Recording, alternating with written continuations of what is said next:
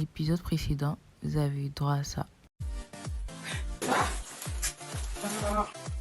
Mais aujourd'hui, j'ai eu à cœur de vous parler d'un sujet assez sérieux. Et comme toute vidéo, il y a toujours des aléas. Sans jet, non? Ça, c'est des choses sérieuses qui vont commencer comme ça. En vrai de vrai, belle intro.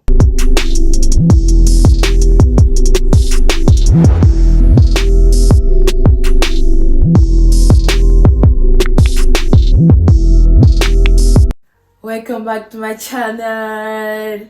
Alors, comme vous avez pu le voir dans la barre de description, aujourd'hui, ce sera plus pour une vidéo assez sérieuse. J'ai eu à cœur de vous raconter comment, en fait, j'ai rencontré le Père, j'ai rencontré Dieu.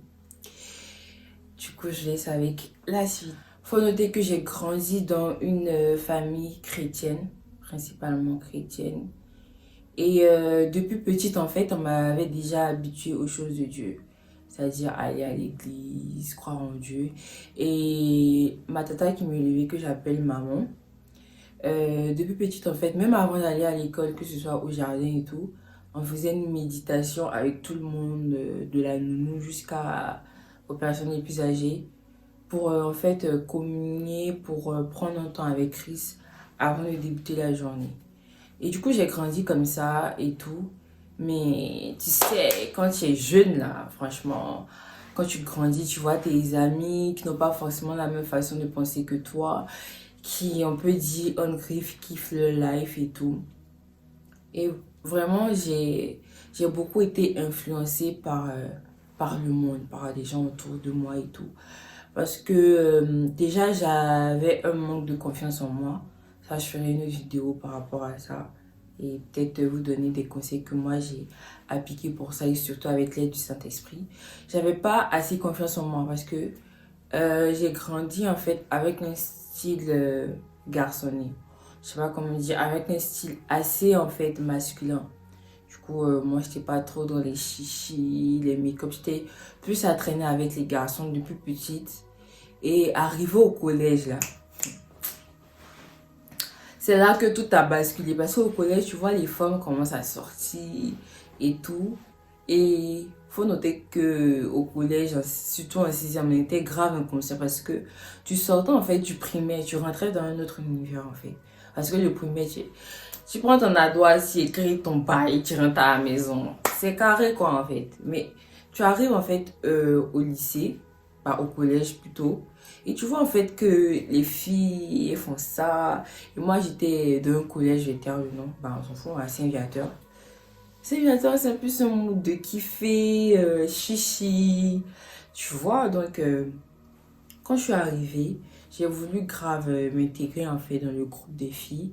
Parce que, je sais pas, je me suis dit traîner avec les garçons. Parce que tu vois que les garçons s'intéressaient aux filles, cherchaient les filles, mais tu te dis, mais pourquoi moi, les garçons s'intéressent pas à moi et tout. Donc moi, j'ai voulu kiffer la vida del loca.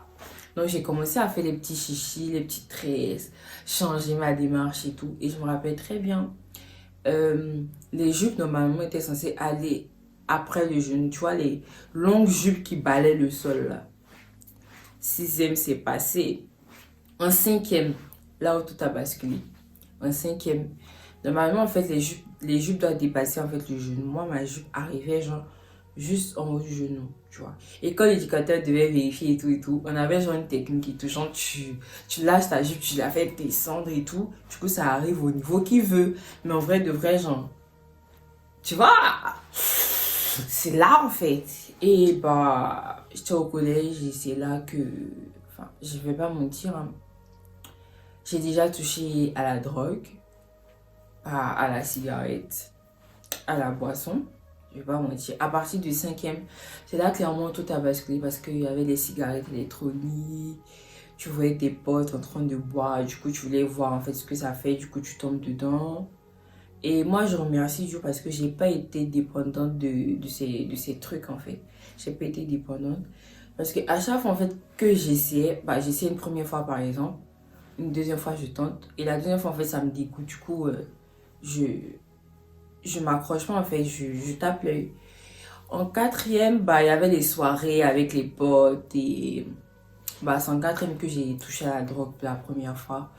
Organisé avec des potes et tout. Il y avait un gâteau et tout, space cake. Il y a les anciens qui vont se reconnaître dans ça.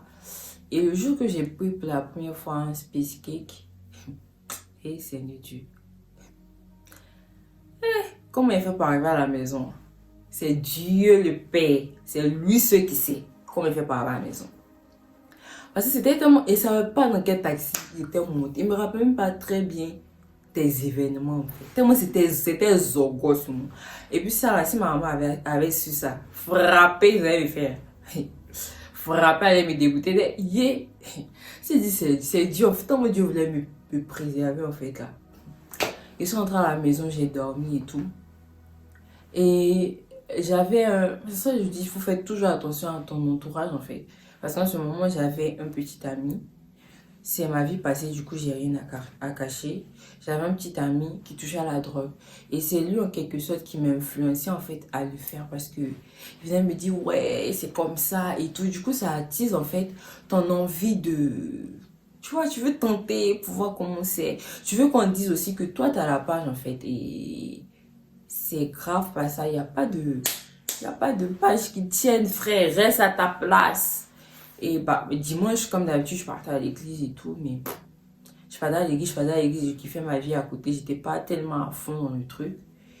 Et il y avait ma maman se doutait de rien en fait, parce que ça, moi je dis, les parents, faut être plus dans l'écoute que d'être un blocus pour votre enfant en fait, parce que votre enfant peut venir vous parler, ouais maman j'ai touché ça, ça et tout, mais s'ils savent que derrière, il y aura une réaction qui n'est pas tellement appropriée, ils vont jamais venir en fait essayer de vous parler s'il y a un petit truc.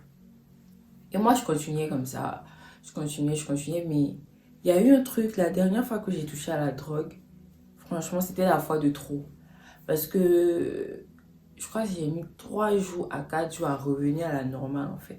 Parce que pendant ces jours-là, je me sentais en fait dans les vibes, 1, 2, 3, 4, ouais, dans les vibes. Et ça n'allait pas, eu bugger, en fait. Et je me suis dit là, c'est trop. Quelque chose comme ça qui peut te créer des problèmes, c'est mieux du stop. C'est pour ça que j'ai dit toujours merci au Seigneur parce que avec ce genre de situation, il y avait toujours quelque chose qui arrivait et bah je tapais l'œil en fait. Mais en vrai, de vrai, s'il y avait eu occasion. Et c'était chaud. Il n'y avait pas de fond encore. Mais juste avec les occasions qui se sont présentées, il n'y a pas eu occasion de pas faire encore. Puis lycée classique, parce qu'après, qui a fini simulateur, je suis allée au lycée classique. Puis lycée classique, là, école là. Si on t'a pas dit, tu vas pas croire. Mais si on t'a dit, tu crois pas. L'école est dure. Donc, comme il disait, ah, la tête qui fait moins, tête qui fait moins. Quand tu as ta moyenne même là. Et puis tu vois qui fait moins. C'est bon. J'ai eu mon bac par la grâce de Dieu en classe de première. Du coup, il y a ma tata, celle qui m'a élevée et tout. Elle m'a dit, ouais, il y a le camp de la jeunesse de mon église, parce qu'on n'était pas dans la même église à cette époque. Que est-ce que tu veux venir? J'ai dit, oh, elle a des soucis. Moi, je connais personne avant quand les jeunesses sont là. Priez fort fort. Il a inventé une excuse au mot, non, maman, je connais personne et tout, c'est bizarre. Oh, maman, il voulait kiffer bac là. J'ai ma licence 1 et tout, dans une autre école. Et je suis arrivée en licence 2. Et c'est licence 2 de vacances 2017-2018. Voilà. Qu'elle m'a 2017-2018. Elle m'a refait encore la proposition que il y a la jeunesse de mon église qui organise un camp de prière pour les jeunes. Est-ce que tu veux partir? Et j'ai dit non, maman, elle ne connaît personne. Et c'est là, elle m'a dit, mais tu connais personne, tu vas partir avec ton grand frère. Et ça a été devant la famille, puis là, comme ça.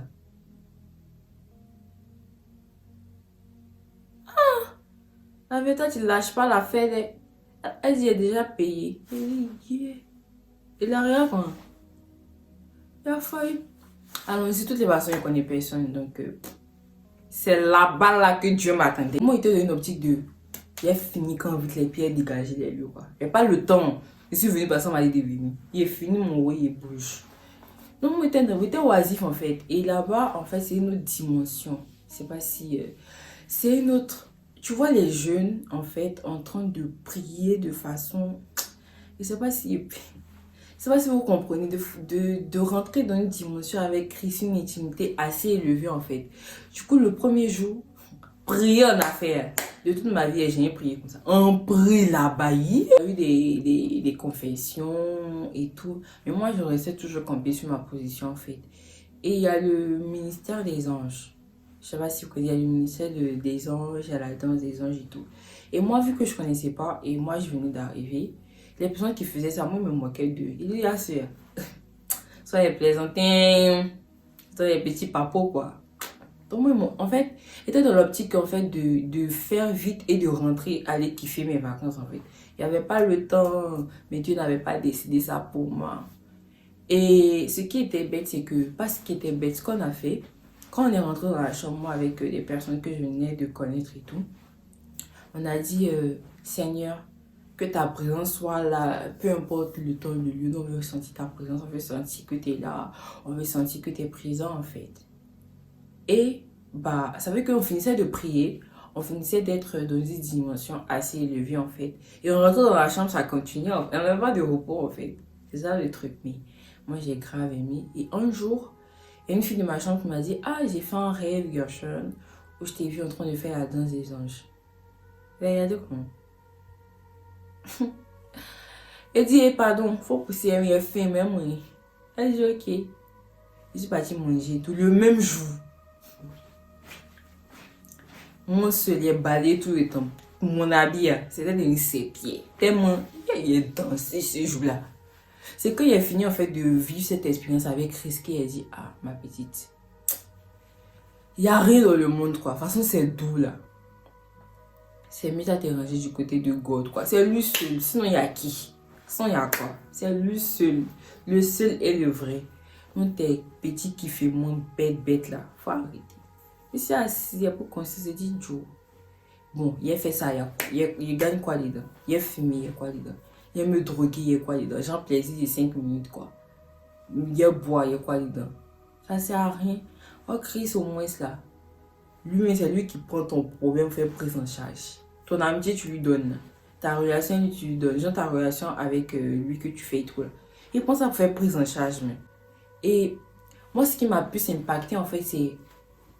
Genre, tu peux être jeune, frais, tu vois, frais, pas s'habiller comme ça, et prier Dieu, en fait. Parce qu'il y avait une onction qui se dégageait, une intimité, une prière. Franchement, moi, j'ai trop apprécié, en fait, ce camp.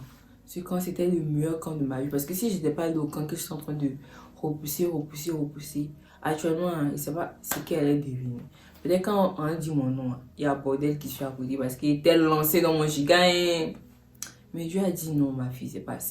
Quand Dieu dit c'est ton temps, même si tu as brome à côté, il va te tirer con. Il va même pas forcer. T'es pas con.